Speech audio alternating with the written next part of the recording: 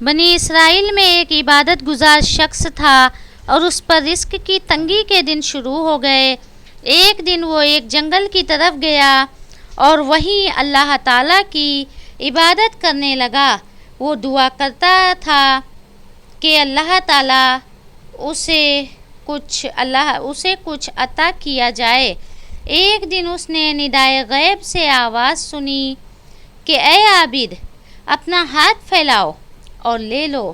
چنانچہ اس نے اپنا ہاتھ پھیلایا اور اس پر 2 موتی ستاروں کی طرح چمکتے ہوئے رکھے گئے۔ وہ ان کو لے کر گھر واپس آیا اور اپنی بیوی سے کہا کہ ہم محتاجی سے امن میں ہو گئے۔ اس کے بعد اس عابد نے ایک رات خواب میں دیکھا کہ وہ جنت میں ہے اور اس میں ایک محل ہے، تو اس سے کہا گیا یہ تیرا محل ہے۔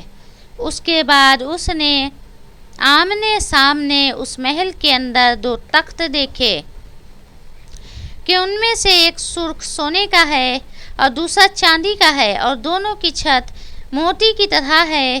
اور اس سے کہا گیا کہ ان دونوں میں سے ایک تیرے بیٹھنے کی جگہ ہے اور دوسری تیری بیوی کی نشست گاہ ہے۔ اور اس کے بعد اس نے ان کی چھت کی طرف نگاہ کی تو کیا دیکھتا ہے، اس میں سے 2 موتیوں کی جگہ خالی ہے۔ تو اس نے پوچھا کہ یہ جگہ کیوں خالی ہے؟ جواب ملا کہ یہ جگہ پہلے خالی نہیں تھی، لیکن تو نے دنیا ہی میں ان 2 موتیوں کے لیے جلدی کی، یہ انہی موتیوں کی جگہ ہے۔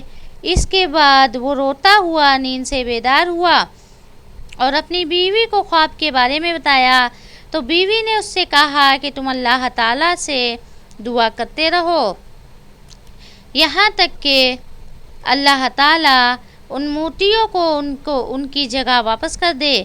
چنانچہ وہ پھر اسی جنگل میں گیا اور وہ دونوں موتی اپنی ہتھیلی پر رکھ کر اللہ تعالیٰ سے دعا کرنے لگا کہ وہ ان کو ان کی جگہ واپس کر دے۔ آخرکار ایک دن وہ موتی اس شخص کی ہتھیلی سے غائب ہو گئے اور آواز آئی کہ ہم نے ان موتیوں کو ان کی جگہ واپس کر دیا۔ تو اس شخص نے اس پر اللہ تعالیٰ کی حمد و ثنا کی اور شکر ادا کیا۔